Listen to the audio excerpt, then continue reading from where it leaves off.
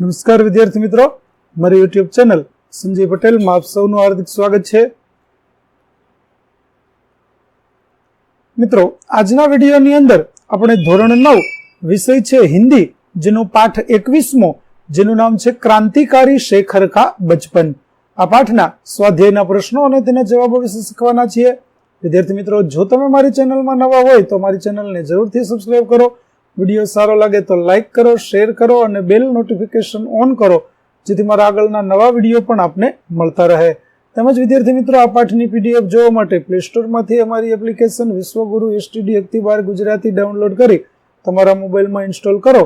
જે તમે શરૂ કરશો તો તમને આ પ્રકારે જોવા મળશે, જેમાં ઉપલબ્ધ બધા ધોરણોની અંદર ધોરણ બતાવશે, ધોરણ પસંદ કરશો એટલે વિષય બતાવશે, વિષય પસંદ કરશો એટલે પાઠ બતાવશે. જેમાં વિડીયો ઉપર ક્લિક કરશો તો વિડીયો જોઈ શકશો અને પીડીએફ ઉપર ક્લિક કરશો તો તમને પીડીએફ જોવા મળશે. તો આશા રાખું છું અમારી એપ્લિકેશન આપને ગમશે. જરૂરથી ડાઉનલોડ કરજો મિત્રો, જે એકદમ ફ્રી છે. તો આશા રાખું છું ડાઉનલોડ ઝડપથી કરજો. તો ચાલો મિત્રો, હવે શરૂ કરીએ પાઠ 21 क्रांतिकारी शेखर का बचपन. प्रश्न 1, निम्नलिखित प्रश्नों के एक एक वाक्य में उत्तर लिखिए. पहला, शेखर ने बाहर घूमने मिलने जाना क्यों छोड़ दिया? तो शेखर ने बाहर घूमने मिलने जाना छोड़ दिया क्योंकि पहनने के लिए देसी कपड़े उसके पास पर्याप्त नहीं थे. दूसरा प्रश्न, शेखर के मस्तिष्क में कैसी पुकार पहुंचती थी? तो शेखर के मस्तिष्क में एक नाटक का लेखक होने की पुकार पहुंचती थी. तीसरा, शेखर ने आग कैसे जलाई? तो शेखर ने घर के दियों से मिट्टी का तेल लेकर उससे आग जलाई. चौथा, शेखर गला खोलकर क्या गाने लगा? तो शेखर गला खोलकर गाने लगा, गांधी जी का बोलबाला दुश्मन का हो मुंह काला. पांचवा प्रश्न, अंग्रेजी बालक ने जवाब में क्या कहा? तो अंग्रेजी बालक ने शेखर को चुप देखकर अपना नाम बताया और पूछा, क्या तुम स्कूल में पढ़ते हो? प्रश्न 2, 2-3 वाक्य में उत्तर दीजिए. पहला प्रश्न, घर के सदस्य बाहर गए तब शेखर ने क्या किया? तो घर के सदस्य बाहर गए तब शेखर ने घर के सभी कमरों में से विदेशी कपड़े लेकर नीचे एक खुली जगह में इकट्ठे किए, उनके ढेर पर मिट्टी का तेल डाला और आग लगा दी. दूसरा प्रश्न, शेखर के नाटक का विषय क्या था? तो शेखर के मन में एक स्वाधीन लोकतंत्र भारत की छवि बसी थी, जिसकी राष्ट्रपति महात्मा गांधी थे. उसमें कताई बुनाई जैसी गांधी जी की प्रवृत्तियां और असहयोग आंदोलन का समावेश था. शेखर का यह स्वप्न ही उसके नाटक की हलचल में भी समाविष्ट था. तीसरा प्रश्न, अंग्रेजी बालक के प्रश्न का उत्तर शेखर ने क्यों नहीं दिया? तो अंग्रेजी बालक के स्वर में अहंकार था. वह अपने अंग्रेजी ज्ञान का परिचय देना चाहता था. शेखर को उसका प्रश्न बुरा और अपमानजनक भी लगा, इसलिए उसने अंग्रेजी बालक के प्रश्न का उत्तर नहीं दिया.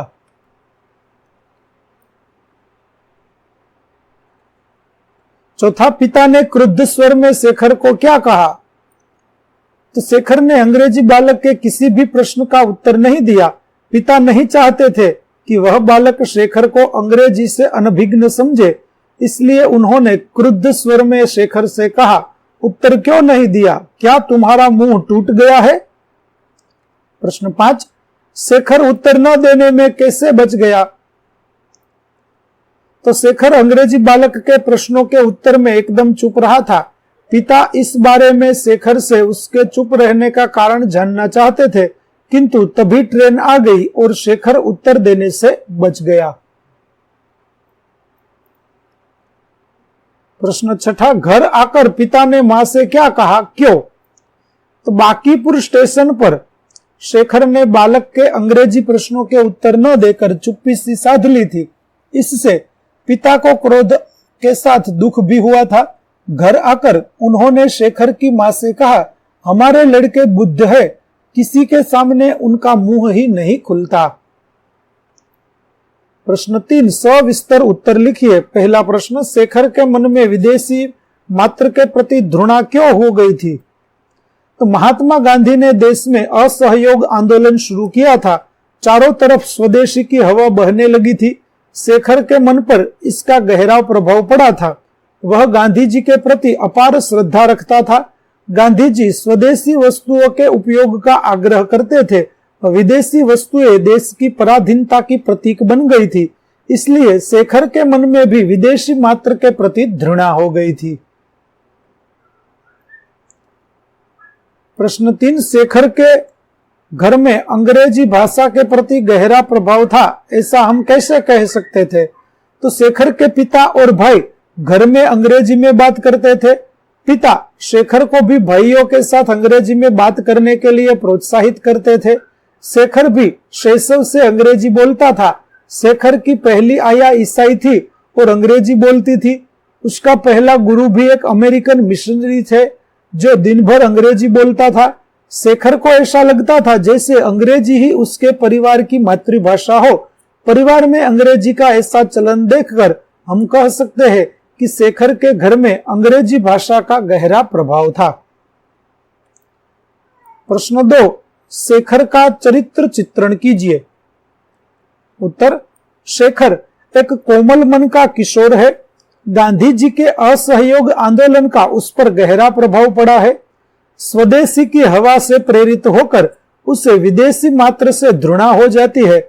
वह अपने घर में विदेशी वस्त्रों को खुशी खुशी जला देता है। वह अंग्रेजी माध्यम का विद्यार्थी है, पर अंग्रेजी को विदेशी भाषा मानकर उससे नफरत करता है और हिंदी पढ़ने में रुचि लेता है। वह अंग्रेजी बालक के अंग्रेजी में पूछे गए प्रश्नों का उत्तर नहीं देता। पिता द्वारा बुद्ध कहलाना स्वीकार है, पर अंग्रेजी बोलना उसे स्वीकार नहीं। इस प्रकार शेखर गांधी युग का एक प्रिय बाल पात्र है। प्रश्न 4, शेखर ने नाटक लिखना कब आरंभ किया, क्यों? उत्तर, शेखर असहयोग और स्वदेशी आंदोलन से अत्यंत प्रभावित थे। उसे भी विदेश मात्र से घृणा हो गई थी। अंग्रेजी भाषा से भी वह बेहद घृणा करने लगा था। परिवार के नियंत्रण के कारण वह सक्रिय रूप से किसी आंदोलन में भाग नहीं ले सकता था। ऐसी स्थिति में उसने नाटक लिखना आरंभ किया।